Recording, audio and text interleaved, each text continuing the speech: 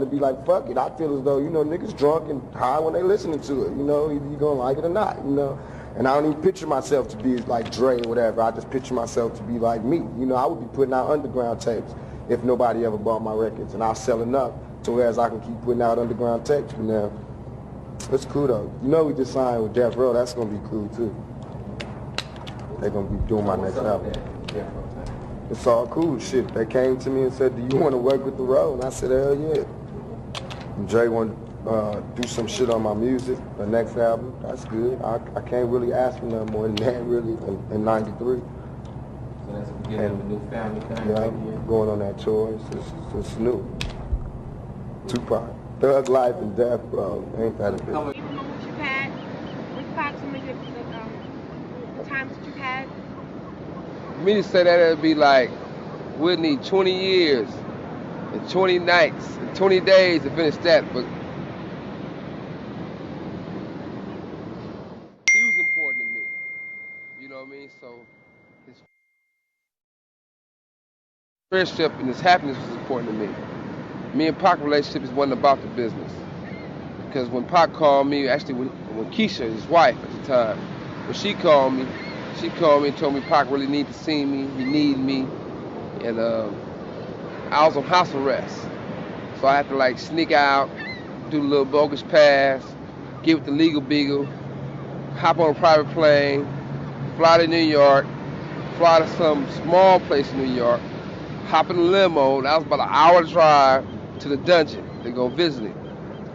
When I went to go visit Pac, you know, he was telling me that everybody abandoned him.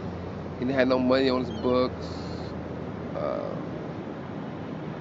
His mother didn't have a place, and he wanted to get out, and he wasn't for the rap no more. And I was like, look, you can do what you want to for us rapping. You don't have to be with me, you don't have to be with nobody else, but you should rap for you. You should never be an artist to be for somebody else, be for yourself. So always do you. For as your mom's, instead of getting an apartment, I'll buy her house. So I bought her a house in Atlanta immediately. And like Pac wanted to sell me some of his stuff, and I was like, nah, I don't need nothing. But at the time, I was like, knowing how I push, knowing how I feel about power, and I feel I am power, and I do believe in God, I know with that together, anything and everything can happen. I was like, there's probably a 98% chance I get you out.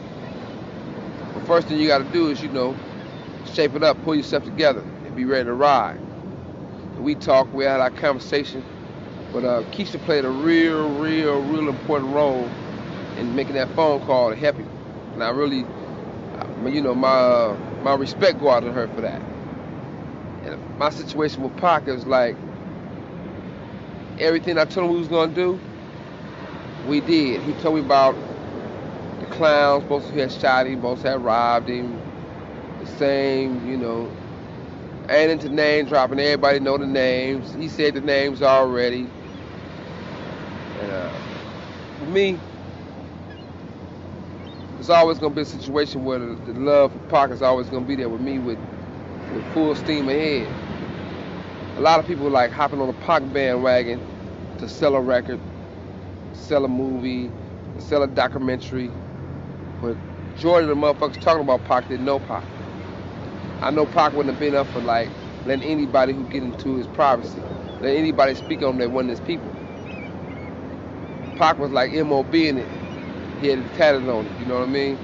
So it was like he was on a whole nother page, whole nother level. When we went to go do work, we did work. When we played hard.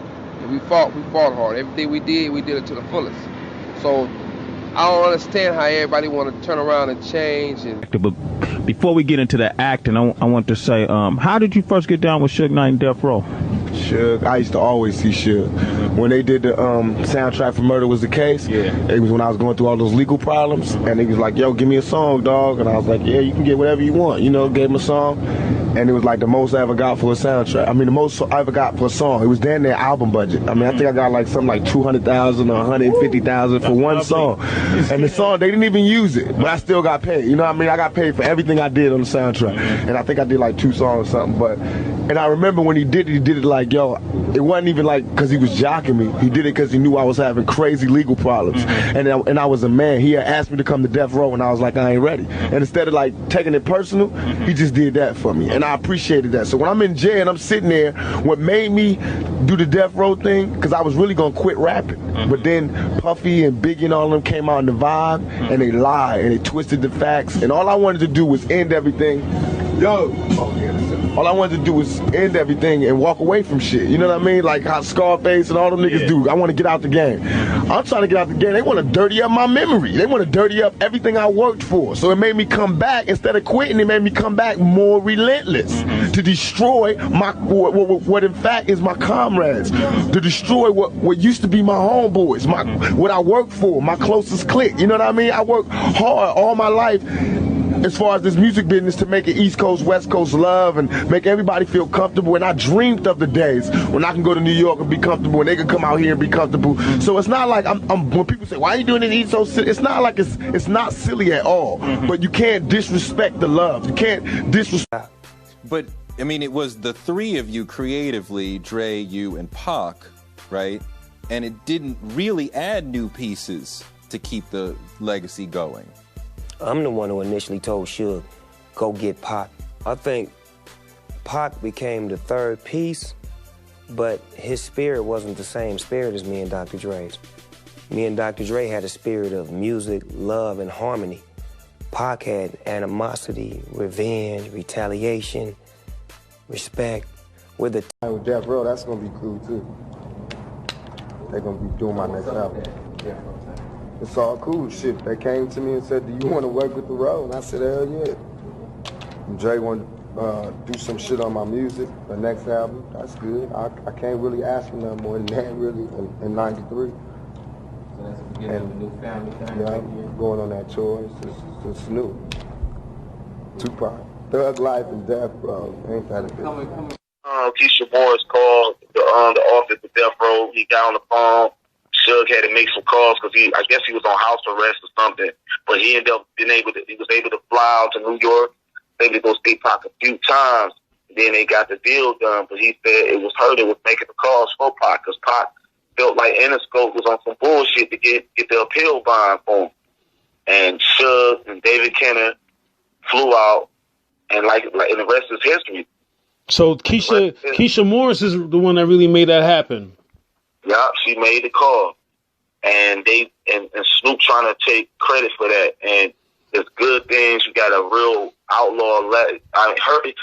Mature and Storm. You know what I'm saying? On the last real outlaws. You know what I'm saying? Castro ain't an outlaw no more. That's his cousin. Right. But the two that's holding him down. I'm glad that Mature is really speaking out. That's why I love that interview he did with him. You know what I'm saying?